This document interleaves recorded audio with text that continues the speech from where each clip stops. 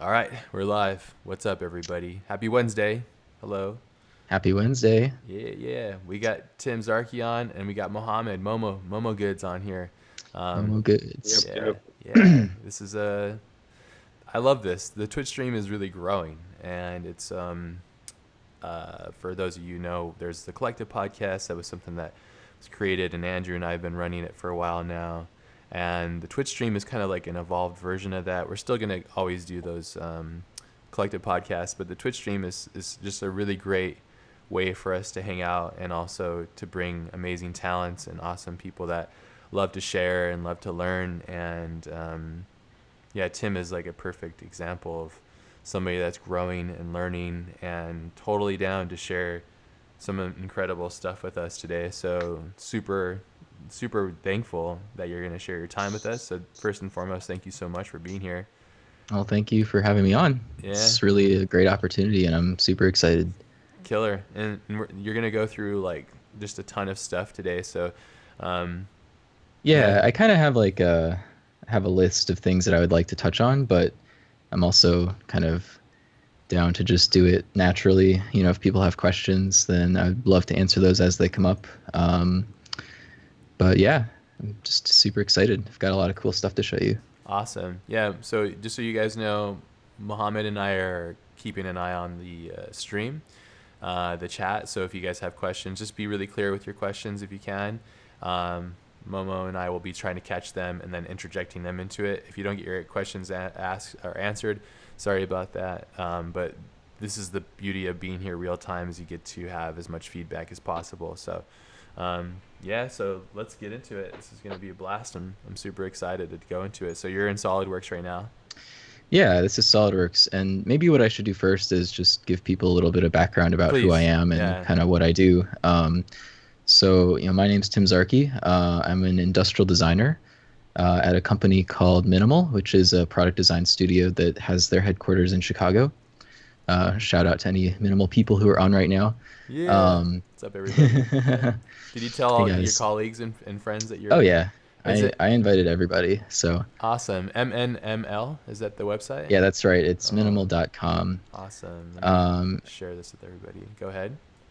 Yeah, so Minimal's a product design consultancy, relatively small, but we take on a lot of big projects. And basically, my job is I got hired on as a industrial designer to work on client projects.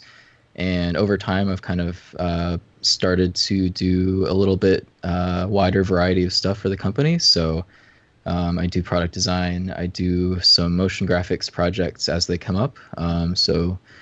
Product design animation for some of our clients, and also internal projects too.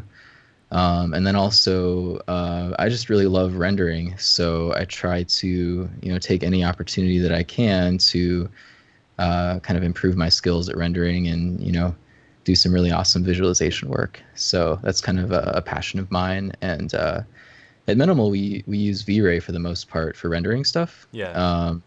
That's kind of like just it's been a part of our workflow for a long time, and it was something that I started to learn back when I was at school. Where do you go to And I went school to at? Oh, sorry. I went to school at the University of Cincinnati Okay. at DAP, which is pretty well renowned. In fact, we've been ranked number one in industrial design in the country. Awesome. We kind of trade back and forth with Art Center every once in a while, but um, Good yeah, the education there for you? oh yeah, no, the industrial design program there is one of the best for sure, and I think it's probably so good just because it's very pragmatic. Like they're very focused on like giving you the actual skills that you need to do the job. That's great. And it's also great because they're really focused on internships. Hmm. So I had 4 internships before I graduated, and Minimal was the last one. And so I was lucky enough to be able to join Minimal after I graduated full time. That's So awesome. Smart. I mean, applicable knowledge and using it and being a part of like a workforce. I mean, that's really how it works, really, well, yeah, So that's great. I can't really imagine like going into the professional world without having that experience already in school. I would have been totally lost, I think. So Yeah, for me, it was invaluable to have that experience. very cool. Yeah, So and the work, it looks really awesome. I love this stuff. The team does really beautiful work, so really cool. well, thank you. Yeah, It's a really good group of people, very talented. sick. Um, so Tim, you getting have back, oh your yeah, fam in the chat saying what's up, Alex and a couple other people from Minimal. that's Awesome. awesome. Hey, everybody. Hey guys. So getting back to the software, at Minimal, we all work in CAD for the most part, with a few exceptions. And we kind of rely on two pieces of software, one of which is called SolidWorks, and the other is called Rhino 3D. Mm-hmm. SolidWorks is like a very sort of engineering focused program. It's kind of old school. I mean, and they're updating it all the time.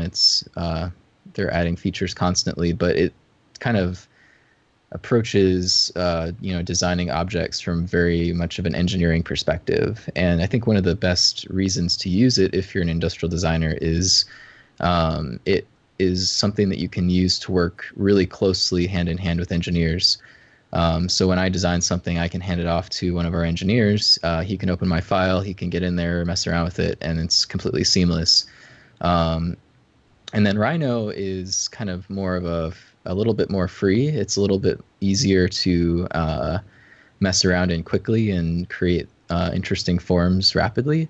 I'll show that in a little bit. Right now I kind of want to focus on SolidWorks, but yeah, I'll kind of explain the differences when I get to it. Awesome. But this is SolidWorks, and for people who aren't familiar with it, it's basically a solid modeling program, which means everything that you create, for the most part, is treated as a solid object. So if I do like a cross-section view here, you can see that it basically treats all these objects like they have volume. So there's stuff kind of on the inside, mathematically speaking. Like voxels almost, right? Equivalent of voxels, kind of, yeah, more exactly. more accurate, more precise. Yeah. More precise. And the benefit of that is you can basically really, really easily add and subtract shapes from each other. Like Boolean operations are kind of like what SolidWorks is built on. So it's really good at that, and it's also really good at just being really, really precise. Everything that you create basically has dimensions to it, so you have to specify how big everything is. You have to kind of create relationships between basically the different shapes that you're drawing. So I can actually show you an example of what I mean. And the other really good thing about SolidWorks is that it's all history based. So on the left over here, I have basically a list of every single action that I've taken to create this object. So obviously I started with this very basic cylinder, and each one of these items over here is a separate feature.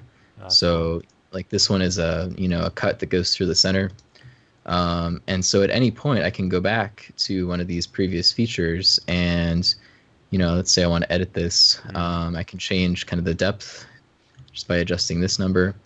I'm not going to do that because it would break a bunch of stuff. But the idea is that you can go back at any point in time and make changes to the things that you've already done. And if you've built your model in a way that's smart, those changes will automatically update every other thing that happens after them. That's cool. So if you get like a request from a client saying, hey, can you make that thing like 5 millimeters smaller in this direction? You can just go back in your file, figure out where that feature was, change its size, and then it'll update automatically. So it saves a lot of time for simple things like that. I think Fusion, I'll probably bring up Fusion a lot because it's a program that I use that's somewhat of a competitor. I'm not sure. I don't know. I'm not in this space. Kind of. Yeah, imagine. Definitely. I think SolidWorks has been around for a very long time from what I understand. But yeah, Fusion has a history set up too, which is really cool. I dig that. Kind of similar setup. I think Fusion and SolidWorks are very similar in a lot of ways. I think the thing about Fusion that may be better than SolidWorks is that it has the kind of freeform sculpting tools. Yeah. They're not really, I don't consider them to be like actual sculpting, not like a ZBrush, type of program, but yeah, not that intuitive. Freeform, creating kind of organic shapes where you can push and pull them really easily. SolidWorks doesn't really have that.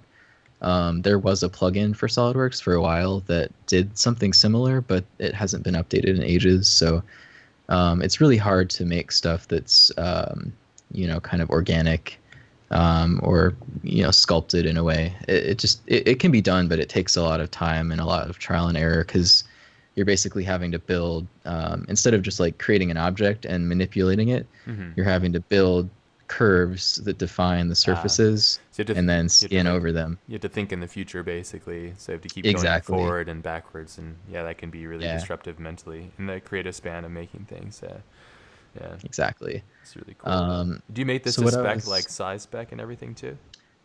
Well, yeah. So this lens is based on kind of the size roughly of a real lens that would be similar. So everything that I've been working on for this project is sized to be real, essentially. And the way that I've been able to do that is number one, by having real stuff to measure, and then the other thing is I actually this is my PureRef board for this project. Awesome. Little plug to Mache's class, because that's what he uses. He turned me onto this program, and I have used it for every single project since then. Awesome. It's pretty really simple and easy to use, huh? And cluster things. Oh yeah, and the thing that's amazing about it is how you can dump all these high-res images in here, and like there's no lag. Like it just allows you to move around really freely, zoom in as far as you want. I can't get enough of this program. Sharing the link with you guys in the chat, PureRef, PUREREF.com, and I'll take you to it. And I believe it's free, and then you could upgrade to like pay or something. It is like free. $5 or something. I don't know. I just donated them some money because I thought that was so awesome. Same, yeah. So anyway, these are some photos that I took of an actual camera that I bought kind of the same model camera as the one that I own, and then I got it on eBay and it was broken, so it was cheap. Oh, okay. And then I took it apart and photographed all of the parts. That's cool. This is like my reference library for what these internal components should look like, and they're really beautiful. Yeah. I love this type of stuff. That's really smart R&D, man. That's really smart. Buying a broken camera and taking it apart. Is that something you learned in school, or just something you figured out, like you wanted to try? No, it's something I learned in school. They always say, if you can get your hands on kind of a real example of the type of thing you're designing, you should, because it's invaluable to have that reference. Yeah. Obviously, a camera is kind of an expensive thing to to take apart just for learning purposes. But if you can find one that's cheap and broken, then it's pretty good. Awesome. So basically, this I've been, for all like the kind of internal components for this thing, I've been referencing as much stuff from the real world as possible, including measuring dimensions and writing them down, and trying to build things in 3D that are similar. So what I was going to show you, I'm trying to find a good example. I guess this would be a good thing to show you. Well, maybe not that one. One of these, maybe. Yeah, do this one. Yeah, so I wanted to show you kind of how the actual drawing works. Yeah. So if you're going to create something new, you basically have a bunch of drawing tools that you can use to create profiles that you can either, like, you can extrude them, you can revolve them, you can cut them.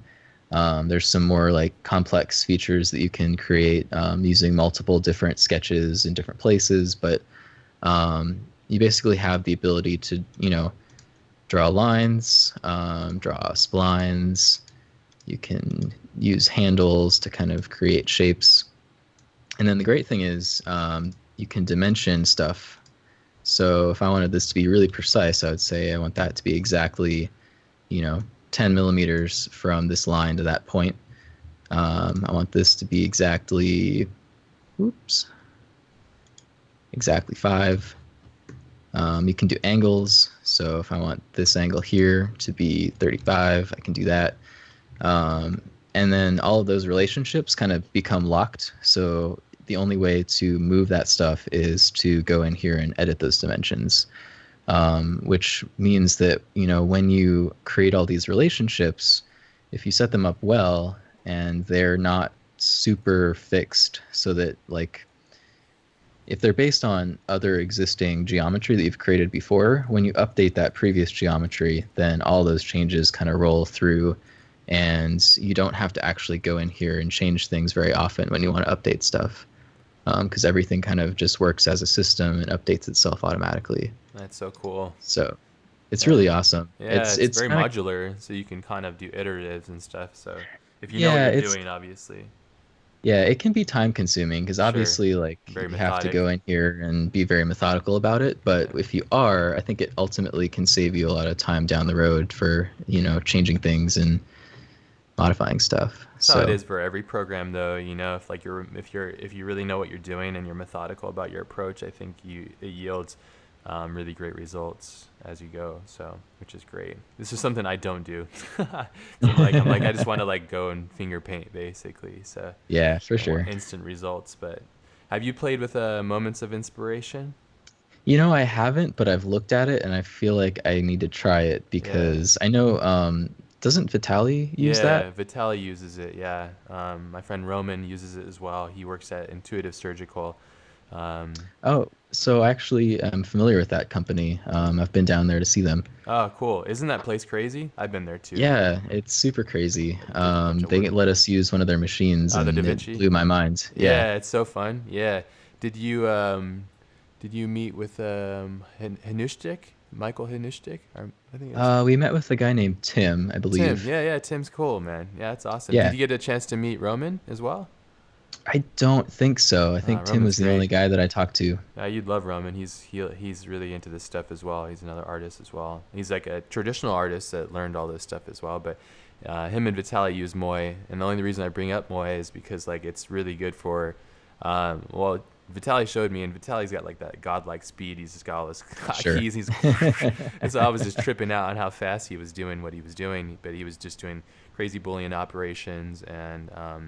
Just like it was very fast for him. I was watching him basically make iteratives of designs like crazy fast, and it was really cool just watching him kind of just design in that hard surface world, So it was, yeah, I don't know. You should check it out though. I think it's I only like should, yeah. $300 for the program, and it's super intuitive and stuff. So I'm gonna check that out too, along with Fusion. You can never know much enough of these things, So There's so many different things to try. Yeah. yeah, Yeah, I think like, I've hotkeyed everything in SolidWorks, so when I'm actually building stuff for real, it's pretty fast, but still you have to like be very, very methodical yeah. just to get something that is going to be, robust when you go back and mess with it later. Sure. So anyway, I don't know, there's really not a whole lot else to there's other features I could show you of SolidWorks, just like how you build things, but I don't know if it's going to be that interesting. Like, some of these patterns, like this is basically like one cut that was repeated around in a circle. It's very easy to do stuff like that. Like a radial repeat pattern thing or something? Exactly. You can also do like split operations. So like this kind of curve here on the front side of this lens hood was just like a straight line not a straight line, but a line that I drew and then used to split the form along that curve. That's cool. If you click on a face, it'll find the history or find where it's at. Yeah, so That's you cool. can click on something, it'll navigate to it in the sidebar over here, which makes it a little bit easier. So yeah, that was just like a kind of angular line that I drew, and then Awesome. you can split that like that, add fillets to it so it's smooth. Could you do a fillet on an entire body like without having to select every panel? You Do can like an edge loop kind of thing? Yeah, so it automatically like if I was going to go build a new fillet on this right now, like I can just click here and it automatically that's great. finds the entire loop. Sometimes it doesn't work, but usually if you built your model correctly, it's really easy to do that. Sure. You can also select entire faces. So like if I pick this face here, it's going to find, this leading edge here and the other edge on the back side as well. Sick. And then it has other types of fillets, like you can do variable fillets where, they start small at one part of the edge and then get bigger as they go around. That's cool. Stuff like that. What's that called? There's a term for that? In SolidWorks, it's called a variable fillet, that's which cool. just means the radius changes. So you can kind of, it's kind of a pain to set up, but basically you see it gives me 5 points right here. So I can define, a particular dimension for the radius at one end, and then I can come over here and say I want this one to be bigger. And this probably won't work because it's trying to like because this is a continuous loop, it doesn't understand how to make a fillet that's bigger on one end and smaller on the other. Sure. But if this was just a single edge, you would have a fillet that goes from one size to another and kind of tapers along there. Nice. Which is pretty cool. Yeah, that's awesome. Yeah, this is very cool though. I mean, all in all, it's just like the user. Do you, when you are making this, do you sketch out your ideas, or you're making this like one for one? Do you, like if you weren't to do this, if you were to make something like, say, you have a product that you have in mind, do you sketch it out on paper? What's your steps in creating something? Because I know this is like very cumbersome and very like methodic, and that's kind of ruined. It's like counter. That's like Moy, I think, is designed by a guy that I think was frustrated with that feeling and wanting to like make a very like kind of simple, fast way to just naturally rapid prototype, you know. So do you sketch on paper, or how do you start your process? I do, like not usually very nice sketches, but definitely I draw all kinds of stuff. And I think the other thing is it depends a lot on like what type of product you're designing.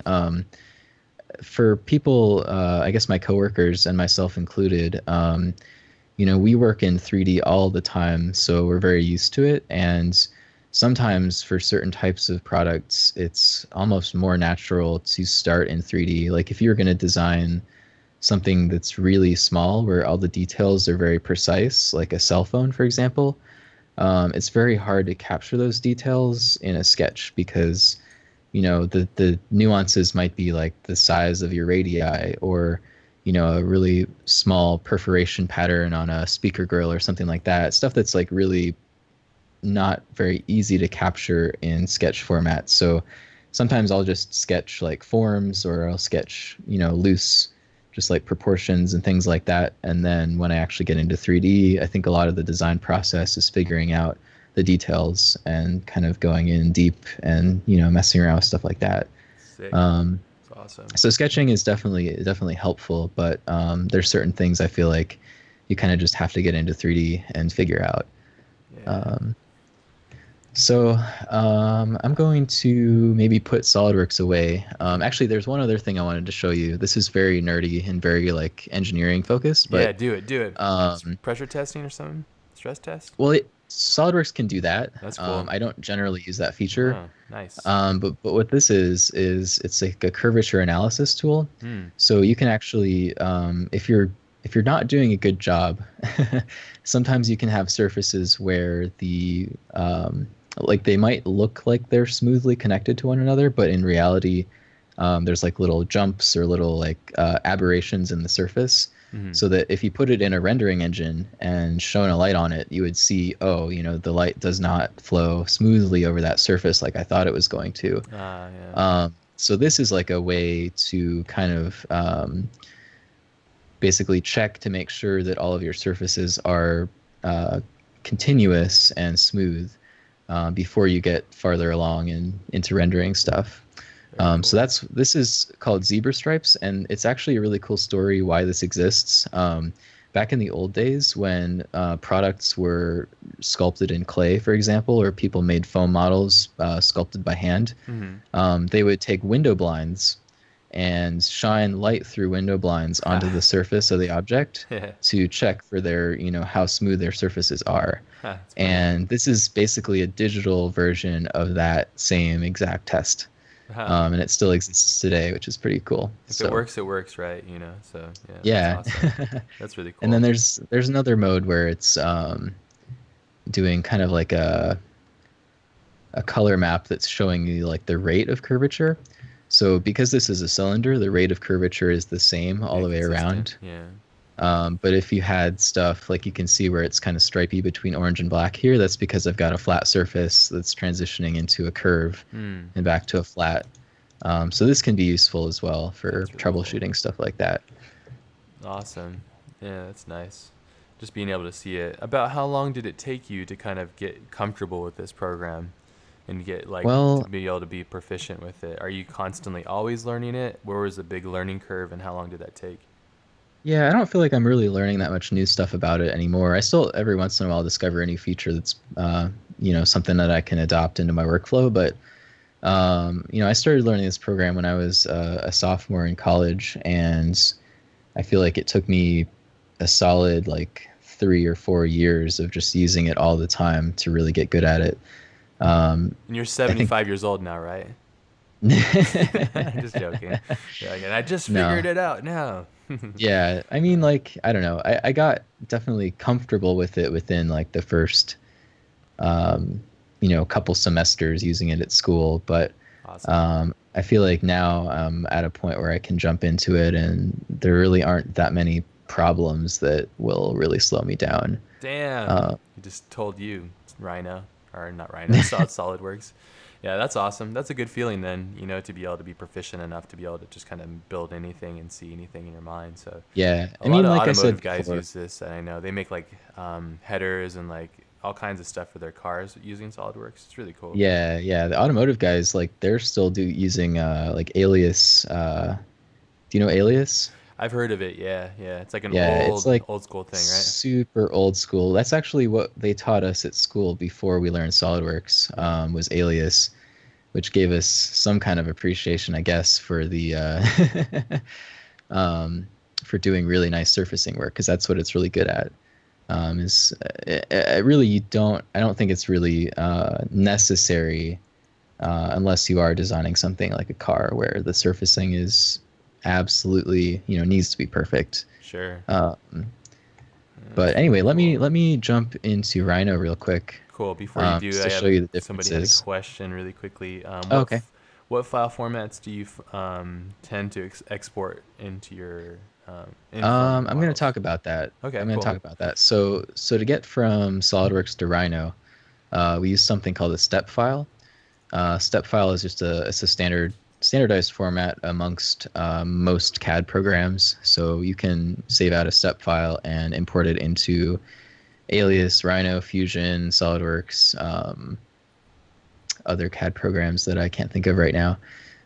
It's just like a universal standard that's accepted amongst all of those different software packages. Yeah. Um, and then to get from Rhino, for example, to Cinema 4D, then you have to export OBJ files, Yeah. which that's kind of a pain in the ass. There's a lot of kind of problems and stumbling blocks that I've run into trying to do that. I use And Moy for that actually. do Moy you? is really, really good for exporting. Yeah, that's one of the primary reasons why I have it. I'd make something in That's Fusion, actually, bring it yeah, in. Rhino is really good at that too. It can export a really wide variety of formats. That's awesome. Um, yeah, SolidWorks doesn't even know what an OBJ file is, so it's not really It's like, useful. how dare you ask me for such a thing? Yeah, yeah. Yeah. Awesome. So, so this is Rhino, and Rhino is also a CAD program. It's kind of got some features of Fusion as well for people who are familiar with Fusion. It's a lot more freeform, so I actually personally don't use it for modeling that much. My coworkers are way better at it than I am, and most of my coworkers use it as their main tool for creating stuff. Hmm. Um, I kind of use it as just like a staging area for detailing my model. So I'll bring it in from SolidWorks, and then one thing that I like to do is I will actually draw all of my kind of surface details and markings in Illustrator, and then bring them in and actually cut them into the surface of my model. And the reason for that, instead of trying to like texture map them, is number one, texture mapping is a pain in the ass, and it can Yeah. take a long time to get perfect if you have stuff that needs to be really precise. Yeah. Like Um, your and work. Yeah. and the other thing is when I do it this way, if these are actually separate objects, Hmm. I can assign materials directly to them, and I don't have to worry about creating a whole bunch of texture maps that have this piece kind of singled out and Damn. treating it differently to get it to be glossier or more reflective or a different color, whatever that marking is supposed to be. So I find it's way easier to take this step first, cut those details out because it's CAD and because I have the freedom to do that really easily. And then later on, that simplifies my rendering process because I can just say, hey, I want this to be this material, and don't have to make any texture maps, don't have to, do any crazy mapping, and it just works. So That's cool. that's But it's something pretty that, precise too, huh? To be able to set it. So. yeah. So the way that I do that is So in Illustrator, I kind of export orthographic views of my camera from, all the different angles. Mm-hmm. And then I'll scale them so they're all, one to one with one another. And then I'll just go in here and you know, draw my markings, experiment, play around with different graphical treatments for things, build icons, stuff like that. Awesome. And then I'll just save this file, and Rhino can import Illustrator files natively. So I have this artwork file over vector, here. right? Yeah. Exactly. Do you save So it as a legacy version 8? Do you have to do that? No, you Doesn't don't have to matter. do that at all. Okay. It just reads your Illustrator file Awesome. straight up. So I have all that stuff in here now, and I great. can move it around and use And it it has the to guides too. split That's those great. surfaces. Yep. That's So those sick. guides basically allow me to position these things super accurately. Did you figure this out yourself, or is this something you found somebody taught you? Or Minimal kind of taught me this. I think one of the first things I learned at Minimal when I was an intern was when I was kind of getting up to speed with our V-Ray workflow. I was always wondering, like, if you don't, because like I was used to using Keyshot before, where everything is like a label. You can just drag labels right onto your model and move them around, and you don't have to worry about texture mapping them. They just kind of exist wherever you place them. yeah. And so when I was getting accustomed to using V-Ray, I was like, how do you get all those details on the model without labels? And the answer is they're just part of the geometry. And so this is something that people at Minimal do all the time, and I've kind of adopted that because I think it does take a little bit of time, but it's also I think a really nice way of working with CAD for sure. All of this stuff takes time, it seems. Yeah, I mean that high level, like really refined work, but I mean, so you get paid the big bucks, So. I don't know about that. We'll talk about that later. No, this is awesome though. It's cool putting on the geometry. So I didn't really think about either, because Keyshot has the option to do that. I don't use Keyshot, and I'm just starting to get into like trying to figure this out for Octane, finding the biggest giant web of a headache. So yeah, we'll see. Yeah. Texture mapping and Substance Designer, or like using 3D Code to unwrap and then make the textures inside Photoshop and then re-import them and stuff. I don't know. It's to find a good workflow. Somebody, I'm sure, listening to this knows the workflow. They're hiding the secrets. Yeah.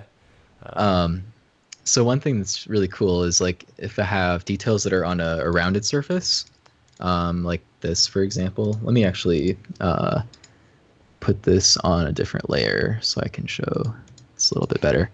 So if I explode this into different pieces, like if it's still grouped. So like if I wanted to put details on this, since it's curved, if I wanted my kind of details to wrap around it without getting distorted, there's actually a command called smash. And what smash does is, there it is.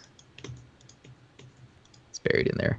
Basically, it takes surfaces that aren't flat and it flattens them out. It makes like a UV map, basically.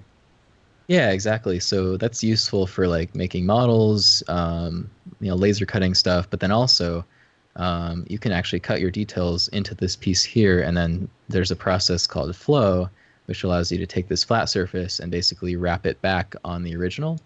So that's kind of what I do with the camera lens, is I'll cut all these little numbers into the flat surface and then just flow it back onto the original. And that is a pretty easy way of working. Yeah, it's awesome, man. It looks really good. And it's a cool workflow too. It's really quite interesting. These things, like, I'm always curious because this is something that's completely new to me. Is this something that as a team at your workplace, you guys are kind of like sharing what you're learning, or is this something that like yeah, so you guys are constantly communally like, oh, did you see this, or did you try that, or whatever? Because I feel like that's one thing I do miss about working at a place with innovative thinkers, is like you're constantly sharpening one another. So I feel like at this point we all kind of have been using the same tools for long enough that we kind of have our workflow down. So I don't know that we're really experimenting that often with I'd say we experiment more with like how to visualize our products and stuff like that. But as far as just like modeling workflow goes, I think we're all pretty We just have our way that we like to do it, and it works for us, and we stick with it for the most part. Awesome. So Somebody asked really quickly, does Smash work in sure. both U and V directions if both have curvature? It does, although I don't think there is a way to get it back. So like if you smash, like you can flatten anything, I think, but it's very difficult to cut details into that and then wrap it back on the original. Like the flow command that I mentioned before is really good with cylinders or anything that kind of is curved in only one direction, because it understands exactly how to kind of align the edge of the flat object back on the edge of the curved one. But if there's curvature in both directions, I don't know if you can do that. That's something I haven't really tried, and I would be concerned about whether or not that's possible. Yeah. Okay. Yeah. Maybe just try a trial and error and test it. I wonder if I'm not sure how like Rhino and these guys work, but I wonder if you had a request and they didn't have what you needed, possibly like putting in a request. I know Fusion is really, really good with that. They're still working on our export, OBJ export. That come on, man, hurry up, Curtis. Every time I'm not sure if you ever join us, but we have Curtis on the Twitch live streams. He's an evangelist for Fusion 360. He worked at SolidWorks for like quite a long time, and he moved over to working with those guys. He'll be on tomorrow actually with Mache. There you go. Cool. Exactly. I'll check that out. Dude, I totally forgot Momo was here. I'm like, wait, who is that? I know. The conversation is too dope. I'm just letting you guys do your thing. Awesome. Yeah. Well, yeah, I know, man. It's I'm super excited to see what he brings it, but I think that's one thing that's pretty cool. So I'm not sure if Rhino's like that or anything, because making iterations and changes as you go is pretty cool. So, and being able to have like a place that you can say, hey, I really need this. Can you guys make this happen or whatever, So, yeah.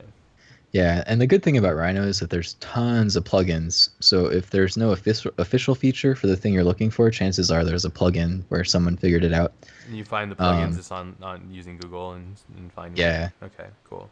Yeah. That's cool. You're making polygonal information. Yeah, so if you want to export a mesh, you kind of have some detailed options here for, like the angle between the faces, density, minimum edge length, stuff like that allow you to dial it in pretty well. Nice. I think that Rhino can do meshes that are really, they're really nice, as in they look good, but they generally are very dense. In order to get them to look good, you end up with a lot of extra polygons that other programs might be able to optimize better. Yeah. So one thing I wanted to show is I have this other tool called Mesh Lab, and this is a free, it's a free tool that I use for basically. Like halfway through this project, I was using Octane and realized that I did not have enough VRAM to store my entire model and render it at the same time. What card were you using? I have two 980 Ti's. Okay. So they have 6 gigs each. Yeah, which is surprisingly easy to fill up. So yeah, if you don't optimize your mesh, it does. Yeah, so what I found is that I can use this program to basically import one of my models and reduce the poly count by half without changing the appearance of it at all. So it's pretty magical. Does that too, I think that's what I'm learning right now. Yeah, ZBrush has and there's like the decimation thing. Mm-hmm. This is basically the same thing. This program has it's like a Swiss Army knife. It has all kinds of mesh processing functions in it. But there's one called Quadratic Edge Collapse Decimation, which does exactly what I just said. So you can import any model, any OBJ file, and it works better with certain types of geometry, like certain shapes and certain types of details. Like all these little flutes that I cut into this lens ring are super, super dense in terms of polygons. And so what this does is it basically goes through those and just reduces the poly count in a way that makes it look exactly the same as before from a rendering perspective, but it cuts the file size in half, basically. That's awesome. Which is super cool. Yeah, that's great. I didn't know Mesh Lab thing could do that. Is this the latest update? People were asking if you like the latest update. I don't know if I have the latest update. I have to check that out. Yeah, this is cool though. Really, that's like the only thing that I've used this program for is just reducing mesh poly count. Yeah. I'm sure it does all kinds of other stuff, but I need to learn what other functions are for. Yeah, no, it looks cool. It's funny having to always like create passageways, right? Like using Adobe Illustrator to put that on there and stuff, but like that's just part of like the cycle of learning how to do anything you want. I guess, that's just like what happens. One thing I find really curious in your workflow too is you're using Cinema, and oftentimes people that are like really into like 3D and stuff, they go, okay, well, I'm just gonna go to Maya or 3D Studio Max. Why did you pick Cinema of all programs? Um, well, I actually learned 3ds Max first. Okay. When I was in my senior year of college, I took an animation class as like an elective Right. because I wanted to make kind of a film about this camera. Because this camera was actually like my capstone project initially from school. And so I took this animation class thinking that would be a good way to learn how to animate stuff. And it was really awesome. I learned a ton, and we used 3ds Max to do everything.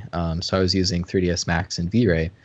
And I just felt like the 3ds Max felt very clunky to me. Like it wasn't super intuitive, and it didn't really feel like, I know it's super powerful, but when I tried Cinema for the first time, I was just like, oh my goodness, this is like extremely intuitive. Like Yeah, I felt I like love it it. was really easy for me to use. It had V-Ray also, so there was really no, like, I wasn't going to lose anything from a rendering perspective. Although I think um, V-Ray for Cinema has just updated, so it's kind of in line with the other versions of V-Ray. So it finally has all the features. But I don't know. I like Cinema because it's very comfortable, and it does all of the things that I need it to do. Same. Yeah. So I don't know. I like 3ds Max. I know a lot of people use it, but for me, it just feels kind of a little bit too. It does a little bit more than I need it to, and it's a little bit clunky from a UI perspective, I feel like. Yeah, it's super. So It's like archaic feeling. yeah, I had to get into it when I was learning Minche's class. It was driving me nuts. I was like, I'm just gonna go back to Cinema. I can't handle it. So, yeah, but I mean, I guess to each his own, you know. So I mean, people make insanely amazing things utilizing that program too. So for sure. yeah, but I feel like Cinema is constantly evolving, and it's getting better and better and better. And the more things progress, it just keeps getting better and better. So you have two 980s right now going. Yeah, I do. I actually have two more sitting on a shelf, Awesome. and I'm hoping to upgrade my computer so that I can make use of those. But You're gonna right update now, I the think they would, motherboard and all that stuff.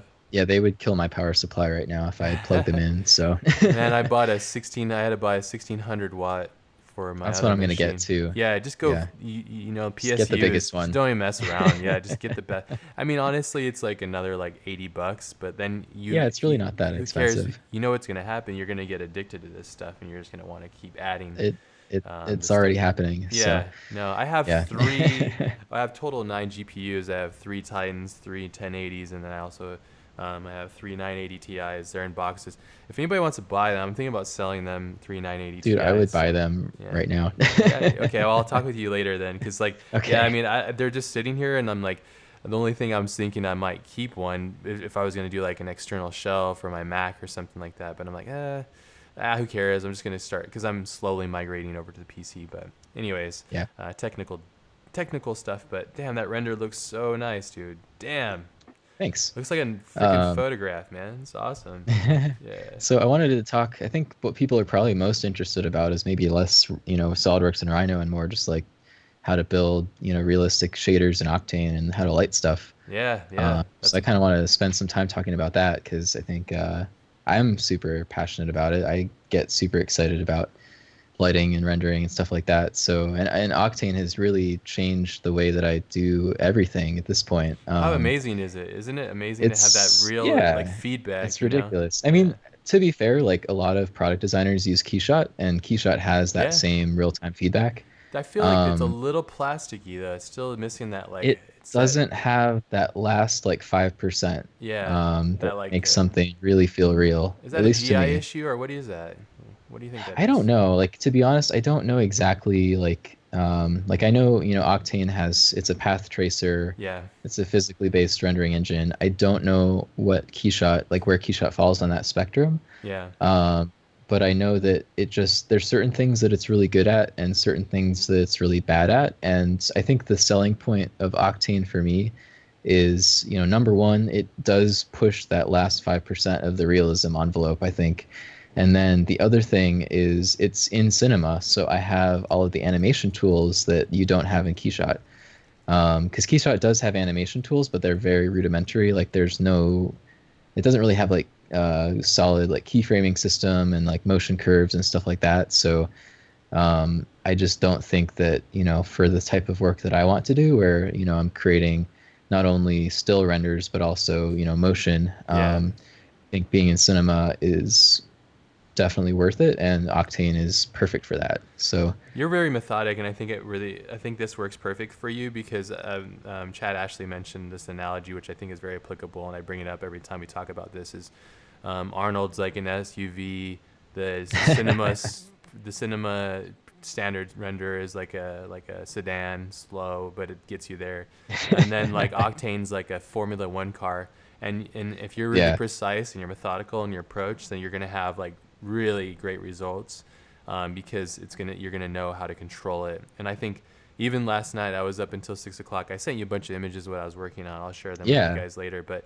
like literally, I made that from a Z sphere. I formed the body, then I split everything up, brought it into Octane, and I went crazy and I just rendered like 50 renders, And it's all I do is switch the light, move things around, and the power of that is just.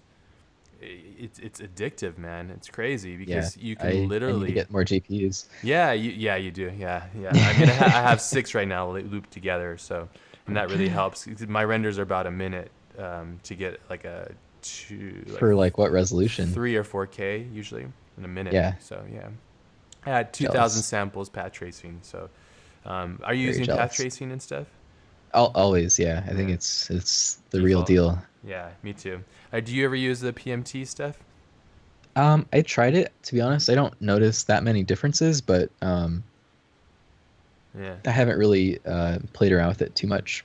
Yeah, it's pretty cool. I think it's really good for subsurface skin and stuff like that. It's the best for that. So, yeah. But no, Octane is it's no joke. It's really amazing. I'll let you continue on because I think definitely this is some interesting things because. If you think about the process, like you took your camera, you bought one, you broke it apart, you started building it in SolidWorks, you put all the time and effort to really methodically put it all together, then went to Rhino, then you exported everything, brought it into cinema. I mean, it's a long journey. It is a long journey. Now you're finally here and like how like, do you have like I'm so stoked, like once you start to really see it. This is the fun part. This is the fun part, yeah. This is where everything comes together. Yeah. So I guess like one thing I wanted to talk about is just like my approach to creating certain realistic materials. So I think one of the things that I've been experimenting with this particular project is using procedural textures as much as possible, which I think the benefit of that is number one, they're super easy to texture map, and number two, you can zoom in on them basically like not infinitely because it does kind of fall apart eventually. Yeah. But like you can zoom in like ridiculously far and you don't see any pixelation or anything like that. That's sick. Is that noise? What are you using for that? So this is, let me open that material. This is just a procedural noise from Octane. So I know that I actually realized this after I built these materials, but I think Octane can use like any of Cinema's built-in like noise generators. Yeah, it can. And obviously Cinema has a ton of them, so there's all kinds of different options. But I actually built this one using the chips option from Octane's noise library, which is only 4 things, so it's not a lot. But you don't use the node editor for building shaders and stuff? I do use it sometimes. So this one is pretty simple, but the thing is, I realized that like the Octane noise, it doesn't really have a strength slider. Like you're pumping it into the bump map channel, which is a channel that typically you need to be able to adjust like how either like the height of the bump map or just the strength of it. Sure. Either way. And if you just plug this noise directly into the bump channel, you don't really have a way to control the strength. So what I do is I feed it through a color correction node here, which allows you to basically do the same thing. Like if I go to the color correction, if I change the brightness of this, if I set that to like 1, for example, it is almost too strong. Like if you see the material preview here, it's kind of blown out, like washed out. And I think that's because I don't know exactly why, but it seems like bump maps work really well when they're dialed down to the right level. And you can run into some issues if you use them and they're set too high. Yeah. So I think setting them, like aiming, I think for subtlety is really important, because in real life, most materials, like if they do have a bump map, especially like something like, aluminum in this case, it's been anodized and polished. So it shouldn't be rough in appearance from like, when you're looking at it from a slight distance. It should only really have that roughness when you're like looking at it, through the lens of like a macro camera up close, like I'm zoomed in here. So I think having that roughness be very realistic in terms of its scale, like, I can see it when I'm zoomed in this far, like I would in real life. But if I zoom all the way out, like you don't really see it, but it still affects the way that the material bounces light. So it kind of, it creates some really, I think, realistic kind of just like little sparkles and like stuff that you wouldn't get otherwise if you just had like the smooth shader. And one of the things that I look at a lot for designing these materials is I have like a library of images that are just about like material finishes. Yeah, I was going to ask you, because that's how you make reality, is by mimicking it. Exactly. So yeah, this is the Leica T, which is kind of one of my biggest references for this project. And you can see like this is like hand polished aluminum. It has this very like fine, noise texture on it with also some very faint brush marks. Yeah. So I actually created a material that has those brush marks in it. And the way I did that was just by taking It's cool. That's interesting. That I thought you'd be using the node-based editor all the time, but this is cool. Like you're mixing it up between the two to find the strengths between them. So that's great. Yeah, I mean, I hop into the nodes when I really need to, but for a lot of things, I feel like you can just adjust them on the fly using the general, just like cinema material editor. I got into the node-based because Cornelius and Rafael Raul would show me, and I'm like, oh, what? And they would use like the dirt and all kinds of crazy stuff. Oh yeah, which is amazing. I haven't gotten too crazy with it yet, but I know there's certain things that you can really only do if you're using it. Oh, it's epic, dude. It's crazy. Yeah. But yeah, so this is just a specular map, basically. For the directional scratches and stuff? Yeah, exactly. Just like some brush texture plugged in there. Super subtle, so it's really not obvious. And then the noise texture in the bump. Your Aunt Kathy is in the stream too. She said send her love. That's so awesome. That's so awesome. Hey, Your Kathy. family's here. That's really cool, man. Sending the love. Yeah. Yeah. Yeah. It's awesome. Your nephew is amazing. It's really amazing what he's doing. So very cool. I figured I'd mention that. Oh, well, makes me very happy. Yeah, that's great. What was your learning curve for Octane? Did you have and where did you find the resources for learning stuff like Octane? Because I know it's still fairly new. I mean, it's been around for a little bit now. So. Yeah, I mean, I started off. I bought it when I was doing UI and data design with your class for the first time, because I saw you using it and I was like, man, this is so cool. I really want to get my hands on that. And I guess for me, like, it's similar enough to V-Ray in terms of just like standard, like, this is a bump map, this is a specular map, this is the diffuse color. All those things are kind of the same across most rendering engines. So I feel like for me, like jumping between V-Ray and Octane was really not that much of a leap. So I feel like most of the stuff that I know so far is just, trial and error. That's awesome. And just like learning as you go. I found some really good tutorials from In Life Thrill. That guy did some really cool ones in the beginning, so I watched those. And then I watched a bunch of stuff. I think he's coming out with a new series. Yeah. I think it's for Octane 3, which is using a lot of volumetrics and stuff, which is really, once Rafael Raul showed me his keys thing when I met him in Berlin, and then after I watched that, and then I was like, can you show me how to do that? And then that's when I made None with Chris, because we used that like heavily. And I was, because I was like, I Yeah. know people are gonna use this. I want to make sure I make something just so like before like everybody's like, you're just copying that. But anyways, but no, it's really powerful. Such a powerful tool. It's For sure. the thing is that I love is when I was playing with even last night when I was making things as you are right now, is like a lot of times you don't know the potential of what you're looking at until you can see it. And I think that I took 3D pretty seriously, but like I was more of like a hobbyist. But when I got into Octane, I was like, okay, it's finally time that I can actually do what I need to do and see what I need to see instantaneously. And now it's like basically it's allowed me to be able to be a better artist because now I can see what I'm doing. And like you're doing right now, that's often what I do is I'll just move around, turn some lights off, turn some off. I usually make a box of lights. I don't know. We should talk about your light setups too. Yeah. I usually make like a box of lights and turn them on and kind of identify which ones I like more than the other, and then just finding That's those smart. good placements and stuff. And then I can get like really interesting alterations. I get like a back rim light and a soft fill on like upper left side or something. But the cool thing is for you have an amazing subject matter because it's something that you've made that's really beautiful and well like methodically put together. So that always helps, you know? So like you talked about earlier on, and I don't know if you guys are catching this, but something very important is that you're putting in those like responsibilities and iterative passes, you know, of like doing due diligence basically through the whole process so that when you get to here, it's basically like full on play mode, you know? So, which is good, which is, it's really difficult. Got some artifacts on this guy. I literally just made this, so my textures aren't mapped properly, and you can see I've got some problems. There's these little triangle guys hanging out there that aren't supposed to be there. You ever do the object tag with Octane where you that might save that might fix that because well I think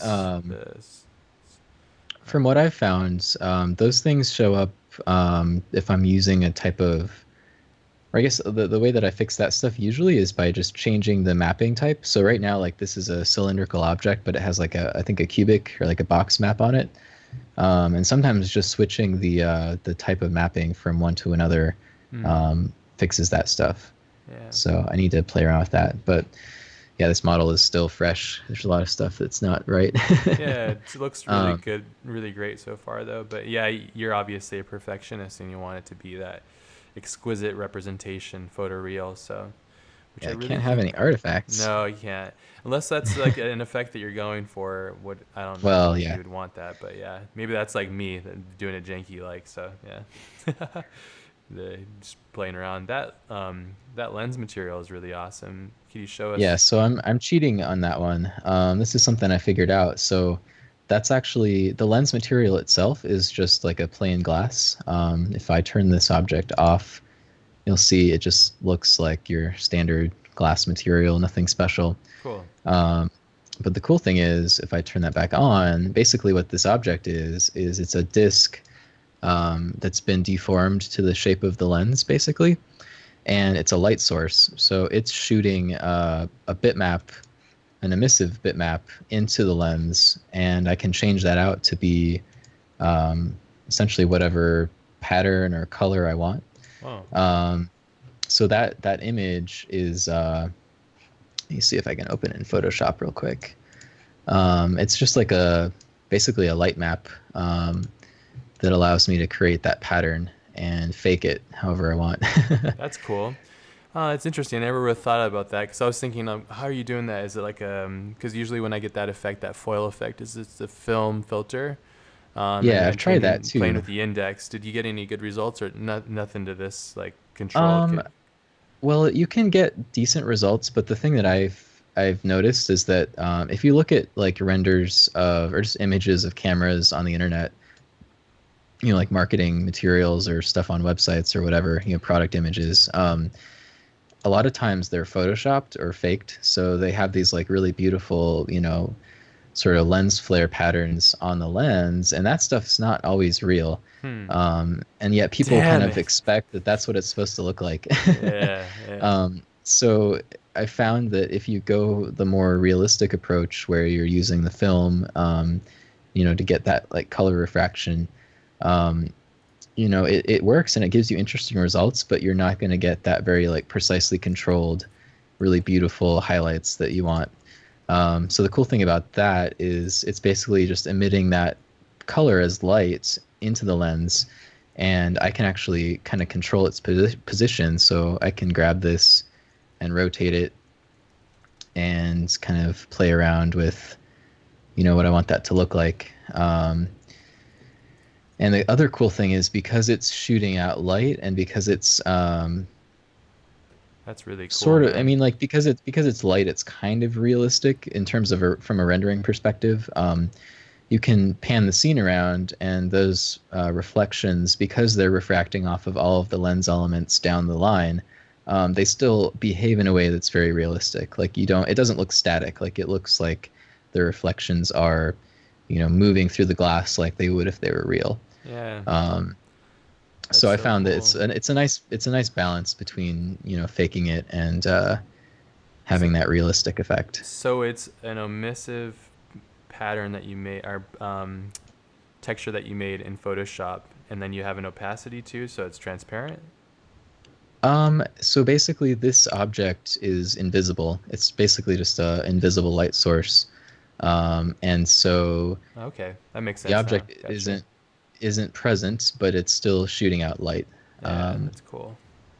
so Yeah, it's really and awesome. then Now I get it now. Okay, so that's awesome. yeah, so it's just like a kind of convex disk that's floating in the front. Damn, wait until you get into that hyper detail with like the hyper dust and all that kind of stuff. Yeah. Yeah. Rafael Rallo was like showing me some stuff like, dude, you're getting too nerdy, man. This is getting out of control. So, or like Yeah, I've played. You ever see like Grant Warwick get Oh into all that yeah, stuff? no, Yeah. I signed up for Grant Warwick's V-Ray class, and So so good. I've seen his secrets and some pretty amazing stuff. Yeah, man. That's great. Mastering CGI is amazing if you guys are interested in really taking this stuff to the next level. Um, it's really epic. It's really amazing resource. So, I wish he did Octane and Cinema 4D. That's my only problem. Like, come on, man. Like, it'd make it so much easier for me to comprehend. But Yeah, Baker there's a can't lot be of choosers. parallels So though. there is, yeah. I think it's more or less like the mental thinking about things and stuff is really what the key is. So, um, yeah, there's I was going to so much to learn.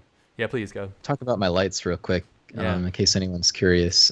So I have basically like two, um, like essentially like their only purpose. These two lights is to accent kind of the back edges of everything. Mm-hmm. So I kind of position them behind the my widget's kind of messed up, but I position them behind the lens, opposite the camera. I have a dynamic background that's basically locked to the camera's position. Oh, that's cool. So wherever I move the camera around, I have this kind of nice clean background plane. And then, so I've got those two lights behind, and then I've got an HDRI that's providing kind of the fill light. So I can mess around with the position of those two lights in back, and then I can also mess around with the rotation of the HDRI. And between those two things, I can get some pretty cool results and play around. I know that you could probably do the same thing just by using physical lights, just making more of them to serve as like the fill. But for me, like I kind of enjoy having an HDRI in there that's got some different kind of lights in it. Like I think for this run right now, I'm using an HDRI that I modified from Keyshot. So I actually just opened the HDRI in Photoshop, made some tweaks to it, and then saved it out. So That's cool. You use that for just like that subtle ambient fill, just to kind of give exactly. that So if I abstraction, so turn it off, feels more yeah, if I natural. turn off my lights behind, you can Okay, yeah, see that this is the fill, yeah. and I can mess around with rotating it, adjusting the power, stuff like that. And then if I turn that off and then turn on my I don't know, is there there's got to be a technical term for those edge lights I just call them edge in lights. photography. Yeah, Yeah, so I those are don't just know. providing those accents. Yeah, it's like drawing it. I always look at art light as the same way I look at drawing, which is like, Mhm. oh, if I want to see one thing, I light it, and if I don't want to see it, I don't. And it's the same way, you use that contrast, and the light is basically your brush, like expelling or relieving the surface of the form. So I look at it probably completely weird, but I don't care. I don't think so. I mean, it's the fundamental of what light is. So yeah, rim light. Thank you. Yeah, that's what it's called. Rim light. Yeah, Okay, yeah, that's exactly. that's the word I was trying to think of. Thanks, guys. You guys are so smart. Bunch of smarties in the group here. Oh, that's cool. So this is the Leica that So you were this showing. is the full thing. No, Oh, this is another one. this is my camera model in the flesh, Oh, okay. full thing, Flesh model. Cool. flesh model. Now, what is I'm missing an object there. What's turned off? Base ring. There we go. Where are you located again? Are you in San Francisco? Yeah, I'm in San Francisco. Nice. It's a beautiful city. I like that place. Usually go like once or twice a year up there. It's a really nice place. It's getting crazier now. It's so expensive. Oh, it's ridiculous for sure. Damn .comer people. So this is going to take ages to load because I have a ton of materials on here, but I wanted to talk a little bit about some of the other stuff, like the crazy circuitry and things that I have in this version of the model. I have like, I don't know, my material library for this is kind of ridiculous. There's like, Whoa. I don't know how many, a lot. And how do you organize and manage all this kind of this? I have a similar layout actually, and which is cool to see. Oh, there you go. Cool. You put in layers and groups and stuff. Yeah. Awesome. I just borrowed the layout from Michael Wrigley's Design for Production class. Yeah. But how did you like that class? I loved it. I need to actually do the work. Yeah. I bought it and I was like, oh yeah, I'm gonna get super excited about this, and then I started working on my camera instead. So yeah, no, it's I love that class. He's actually, I was just sending a message this morning like, how's your next class? He's building it right now. So oh, he's working on a new one. Yeah, it's the next phase of that class. Basically, it's animation now. So it's that's awesome. So the two classes together will basically create an army of badasses if you guys pay attention. So yeah. Well, I'm definitely into that. Yeah, that's gonna be great.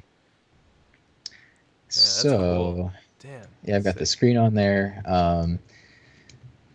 I probably, in order to actually show off all the components, I probably need to close some of my other files because I realized that like VRAM gets taken up by applications as well as Octane. So I know that Rhino's probably using it.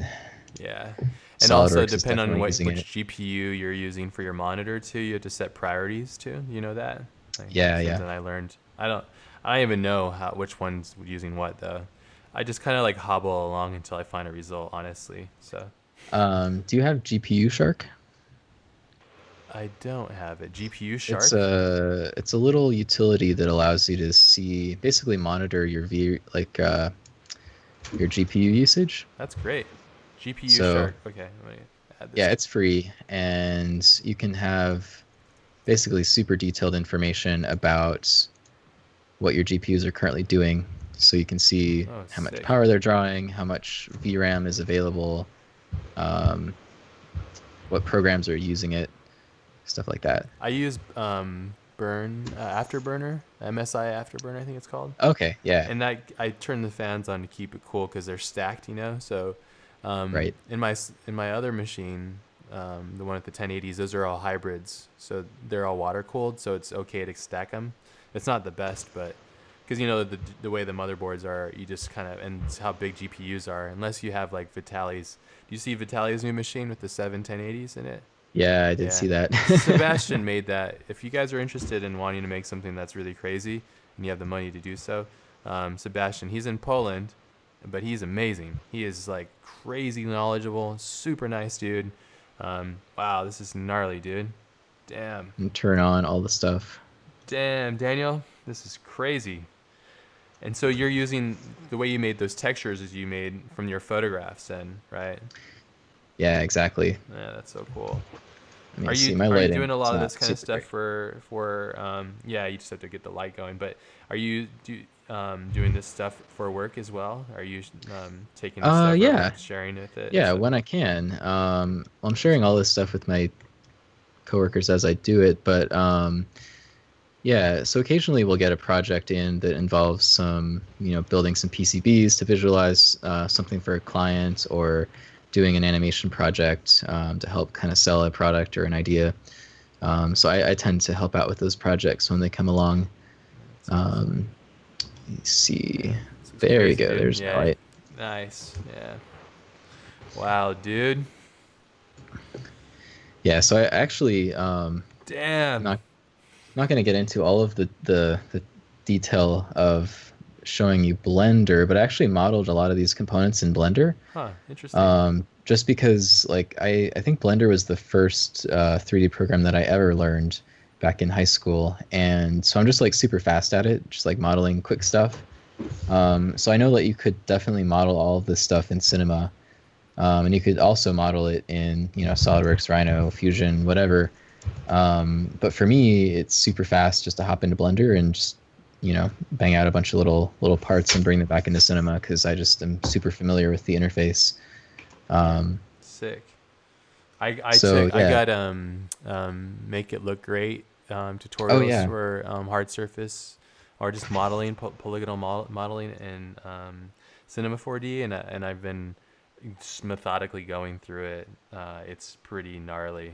It's epic though. So yeah, because that's a whole nother game. What you're doing here is what I would like to be able to do on the fly when I need to.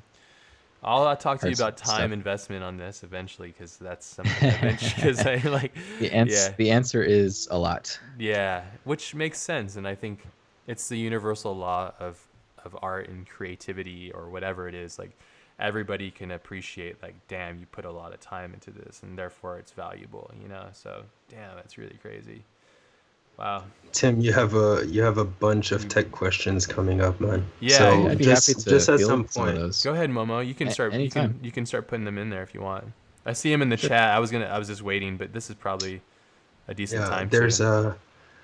there's a really good question. Dendo was asking, like, you have a ton of knowledge on softwares and what you get out of each tools, and what's your what's your take, what's your recommendation on what people starting out should learn? Like, should they learn as many 3D softwares or experiment with one? Like, what's your take on that? Um, I guess I would say if you're just starting out, you kind of have to. Well, you don't have to decide anything. You can experiment with everything you want to, but I would say try a CAD program like Fusion because it's free and see if that appeals to you. And then maybe also try a poly modeler like Blender, which is also free, and just kind of mess around with them so you can understand kind of the differences of, the workflow and kind of the strengths and weaknesses of, those two different categories of software. And then, you'll probably take a liking to one or the other, and you can kind of decide how you want to focus your energy after that. It definitely depends on, what you want to do, but I guess for a while, like I thought that CAD was really only something that was used in like product design and engineering, and it sounds like people are actually starting to use it more often in concept art. So, Yeah. if you're interested in doing concept art, like try Fusion because it seems to be really popular now. And So you can 3D print it too. So if you need to make props or something, and your director or art director is asking you for something, and you can make it instead of going. You could go backwards too. I think from polygons to like making a step file or whatever. I've seen something on that. yeah, you but, can. But You can. it's just another step. But you could just make it there and print it and have rapid prototypes, which is really great too. So just something to think about. But yeah. Yeah. The other question was just in terms of learning curve, where do you place the interface of SolidWorks between MS Paint and ZBrush? Between MS Paint and ZBrush. Yeah. I would say, well, okay. For Great. reference, Microsoft Paint is hard as hell too, by the way. I absolutely I can't do ZBrush at all. Like We- ZBrush for I'll me, show you, I know man. Ash is learning right now and kind of going beast mode with it. But yeah, like I cannot wrap my mind around the ZBrush interface. I feel like SolidWorks is once you get over like just the basics, like where are the toolbars and what the different tools do. Like I think it's actually very intuitive because you're basically just drawing shapes and then turning them into 3D objects with some relatively easy to understand and easy to use set of tools. So I would say SolidWorks is very easy to learn, especially compared to some other CAD packages that are out there like Alias. Alias is really hard. I think Fusion's pretty intuitive too, but Yeah, I think I want SolidWorks hotkeys. I want is pretty good. hotkeys in Fusion. We have Curtis on tomorrow. I'm gonna berate him with this request on Fusion, or I'm gonna say I'm quitting. I'm quitting Fusion. I'm going to Moy. Curtis, you hear me? No, I was just threatening him with like usage. Damn, that looks good right there. That lighting looks really nice. Yeah. Damn, that's so cool. These are great questions, guys. Keep them coming. Yeah, this is amazing. I have a question for you. When are you gonna Sure. teach? You mentioned teaching. Yeah. I'd love to learn from you personally, just because you have a wealth of knowledge, and I think what I really appreciate beyond all this other stuff too is like you're coming from a different mindset and a different industry and a workplace, and I think that's really something that's really appealing to me personally. I know you probably have your hands full with other things, but you mentioned teaching. So when is that going to happen? Yeah, so I'm do it I'm on in the Learn early Squared. Do it, yeah. I'm in the early stages of figuring out how to teach basically everything that I've learned about rendering for product design. So I think like the thing that I find is that for product design, a lot of people are using Keyshot because it's readily available, it's pretty cheap, and it's very fast. So when you're just trying to get a whole bunch of concepts out to the clients, it's a really, really efficient way to work. I think that at Minimal, we've become efficient at V-Ray because we use it so often, but I think V-Ray has a lot more bells and whistles, and it can be a lot more time consuming if you are new to it. So I think what I would like to do is kind of teach how to approach just rendering products in general, like looking at real world materials, understanding them, applying them to whether you're using Keyshot or Solid or V-Ray or Octane.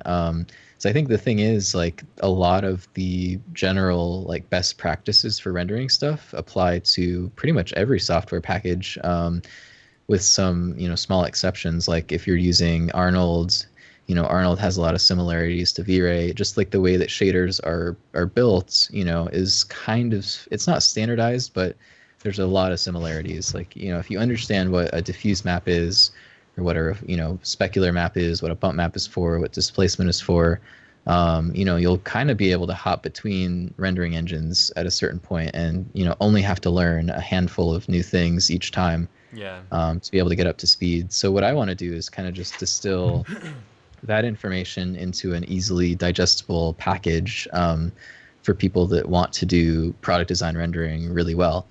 I think like the reason I want to do that is because I feel like there's kind of a lack of content in that area. Like when I went to school, I felt like we didn't really get a lot of instruction in how to create nice renderings. It just wasn't something that was a priority. So I feel like a lot of my classmates, everything that we know is just stuff that we've learned from each other or learned from online tutorials and stuff like that. And so for me, it seems like there's kind of a need for something that's kind of focused on you want to make awesome renderings of products that look realistic.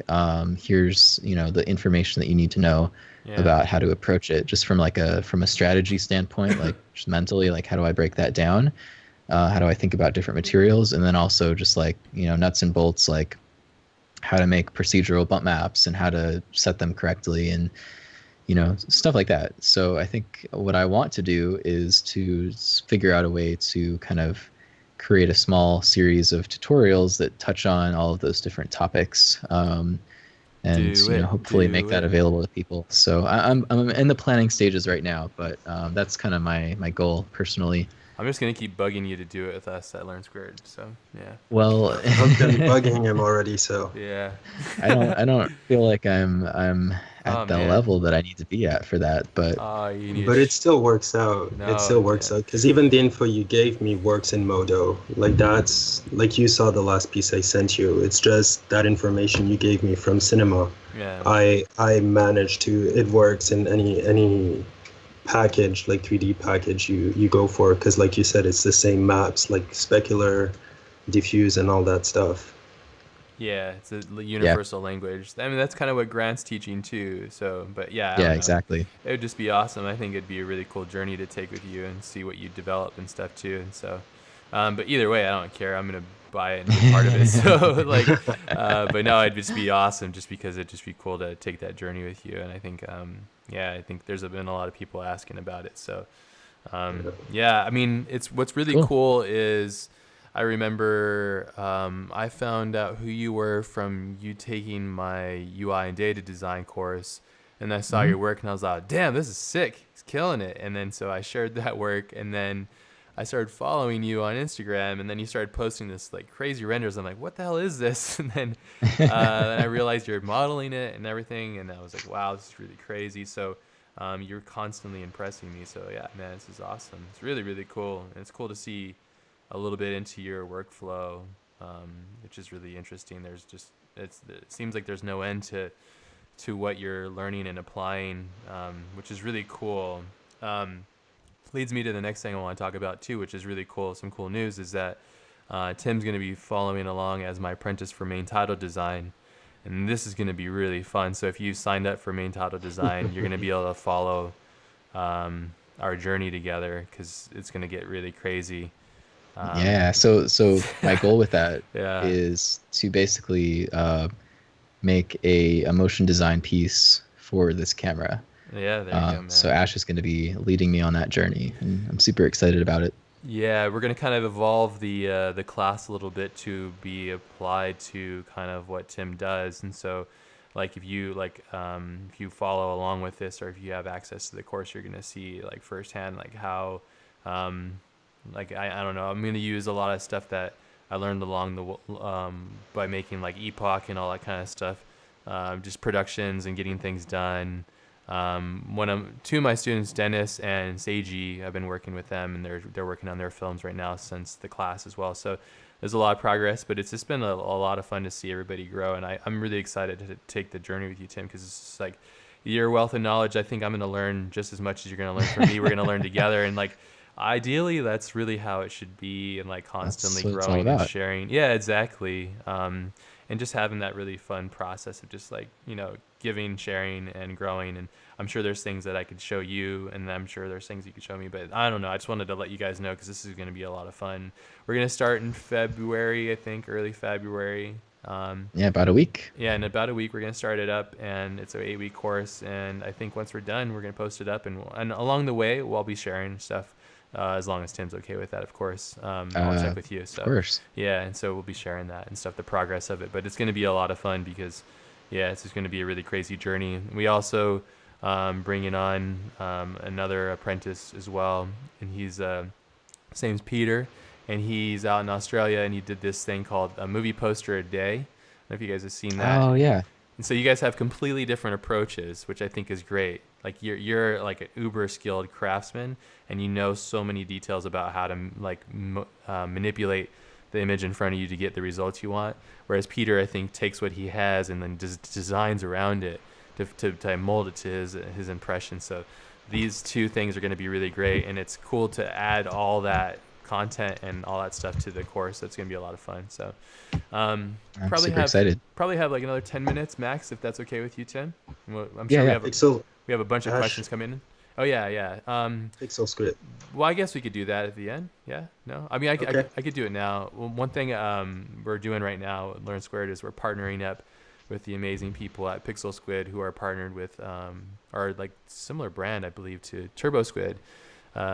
Really awesome people, and they've been a part. We've had Mache's had them on the streams a couple of times. We're going to be doing a partnership with them, and I believe if you're a student at Learn Squared, you get access to, I think, the promotional code. I can't remember the details of it, but you get access to like their library, which is insane. It's really amazing. So Pixel Squid is an awesome resource. We don't have a date set for it just yet, but we will be updating everybody on that. And it's going to tie in well with a couple classes that we're developing right now. So if you don't have like a quick example of the power of Pixel Squid, have you heard about Pixel Squid, Tim? I think so, but I don't know off the top of my head what they do. Squid. So if like you don't have necessarily like the fastest, I'm just gonna put up my browser. If you don't have like the fastest like GPU computer or like amazing like some kind of beast resource, you can go to Pixel Squid and you can basically go through their massive like library of assets and find the reference that you want, the angle and all that kind of stuff, and then kick out a multi-layered image so you can kind of basically like you can render anything kind of. So it gives you a capability, and you can see on my screen. You guys should check it out. I'll post a link to it, but it's an amazing resource. So for people that are not sure if they want to get as serious as like say Tim or I or Vitaly or any of these other people, and they want to test and see if they find a value in it, this is an amazing resource for anybody that's looking to just kind of build things and build style frames and stuff, and not necessarily have to have that high risk of like spending, $10,000 on hardware and all kinds of madness, So, which is, it's just a lifestyle and stuff, but it's a really great resource. Mache uses it quite a bit in his workflow, and I think he's going to be putting it in his next class too, quite significantly. So, but yeah, I think it costs money, but if you're a Learn Squared student, we're going to give you access for a certain amount of time or something like that. So I don't know the details all yet, but yeah, when I get them, you guys will know, be the first to know, and we'll be releasing that information on Twitch. So, okay. Awesome. Yeah, it's cool, man. It's like one of the things I really love about running the school with everybody is just like being able to reach out to people. Like the other day I was talking with Pixel Logic and just saying like, hey, what are you guys doing? Like we have this school, we want to team up with you guys somehow. What can we do and like to offer our students like a deal of some sort or something. And I found out they had student prices and everything already. So I was like, oh, this is great. But it's cool to be able to reach out to these people and just talk with them, about like how we can help you guys be better at what it is that you guys want to be at, So it's cool. It's like it's a cool legacy thing, I guess. So feels good. It's like a massage for the soul. All right. Momo, do we have more questions? I noticed there's been a lot coming in through, but I don't know if you already got them. So. I guess we can just have this last one. Tim, I sent you a link on Skype. Okay. It's one of your Instagram posts, and someone's asking, how do you go about creating that milling? Yeah. That's a good one because that's something I figured out for this project. Let me hide some of this stuff so we can talk about it. That's like the remnants of the CNC machine without the polish, right? Yeah, exactly. It's basically just machine paths or tool paths, which are leftovers of the manufacturing process. There we go. You can see that stuff in there.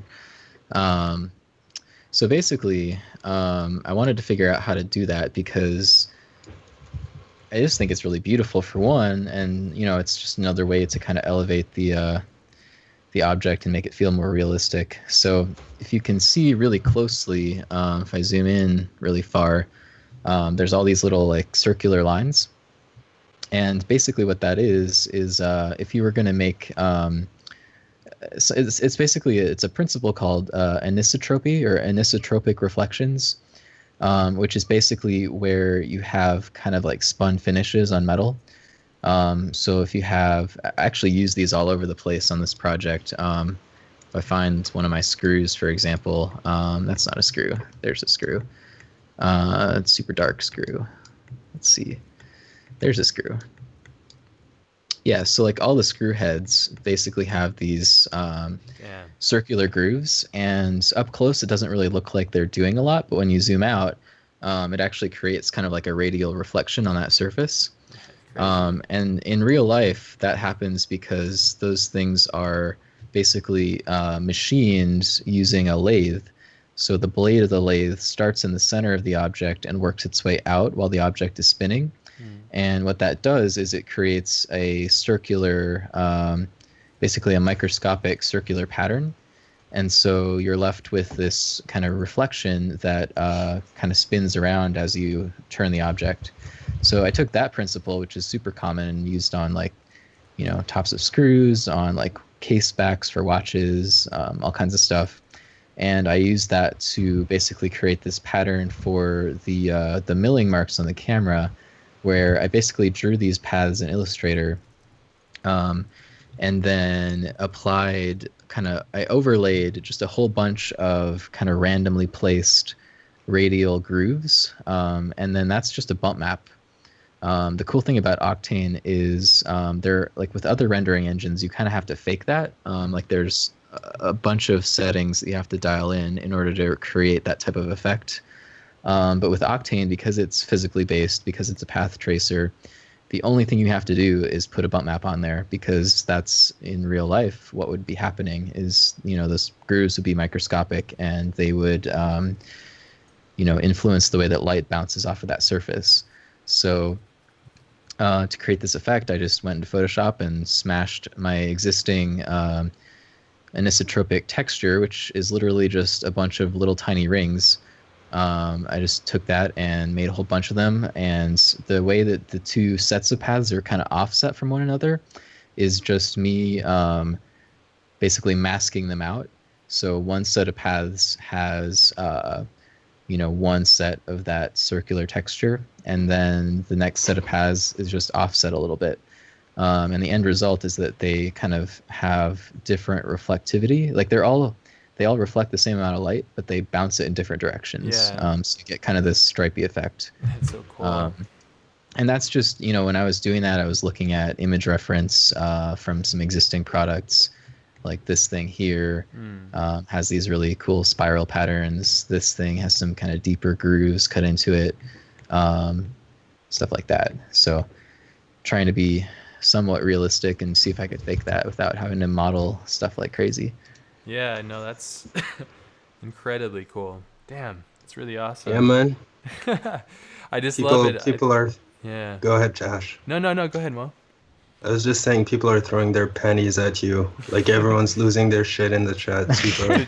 Super stoked, man. Digital panties flying everywhere.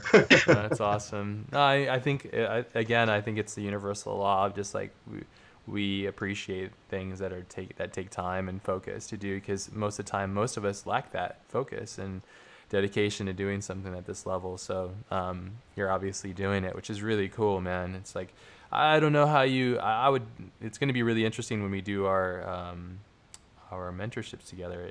I'm going to be like, take a photo there, take that one, it'll be really hard for me to decipher what to take and what to leave, because it's just at every angle it looks so cool. I can't wait to see what is going to come of all that. It's going to be really nice. Yeah, well, I think for me, like, I'm just going to be focused on trying to figure out how to tell the most powerful narrative about the camera. So. Oh yeah, we'll do that. That's for sure. Yeah, that's not the hard part. I think that's just a matter of focusing on the core values of things, and it'll be fun, man. Really fun. So. I'm really looking forward to it. This is incredible stream, you guys. Everybody that's been here and for your awesome questions. Thank you guys for being here. To Tim's aunt for being here. That's awesome. Super cool. I love when the family shows up. That's really awesome. My parents are probably on there too. That's so cool. to the Zarki family, everybody. So that's really awesome, man. Yeah, you're shredding, dude. This is really impressive. Everybody's really impressed. It's really cool. I really appreciate you coming on here. You're welcome anytime, of course. Anytime you want to come on and share anything, or if you want, like, if you eventually make your tutorials with us or without us, like, come on here and promote that. It doesn't matter. Yeah, well, maybe when I'm done with the mentorship, I can come back and share the results of that. Yeah, that'd be great. Cool. What we could also possibly do is like check in like halfway and kind of talk with people about what we're doing, what we're learning, how we're learning it and stuff too. So people can find, just see the trail with it, because I think the real key thing with Learn Squared, obviously, as you know, is like we're trying to dispel the myth that people think that you need to have like this God-given talent to create great work. I don't know if it's necessarily that. It's more or less like being able to have the focus, dedication, determination, and drive to really understand a deeper sense of yourself and always striving to be better, so and then learning from other people that know these things are really important. So but yeah, it's amazing for sure, simply amazing. But yeah, it's cool to see all your work in one like months of work, I imagine, compiled in just like 1 hour experience. So. Yeah, this is like 2 to 3 months of work, I think, to get to this point. So that makes sense. So, and these are off-hour things too. So yeah, exactly. Yeah, got a full-time job. So yeah, That's amazing. which I need to get back to probably. Yes, please. I think that's it for me. Momo, anything else? No, I think we're good. So I'm depressed now. Yeah, I'm Man. gonna go crawl into bed and cry a little bit. No, it's awesome. It's Don't do really that. awesome. No, man, this has been great. You guys have an amazing day. That's it for today's Twitch stream. Yeah, thank you, Ash, for having me on. I really appreciate it. It's been awesome, and I'm Stoked. super stoked about the mentorship. It's going to be amazing. We're going to learn a lot together, and I'm really excited to share that process and journey with everybody else too. So, killer. Well, everybody have a great day. Go be amazing and learn some new stuff and share it and join in the Slack channel. Momo is now an official team member of Learn Squared, so feel free to reach out to him if you need something. And yeah, we'll see you guys on the next stream tomorrow. We're going to be having Curtis Chan from Fusion 360 Autodesk. He's going to be on with Mache, and I'm going to try and squeeze in there, and I'll just berate him with a bunch of requests. I'll be like, Tim Zarki's doing this, doing that. So yeah, it'll be pretty funny. So, yeah, you guys have a great day, and I'll see you guys on the next time. Peace. Peace. Bro.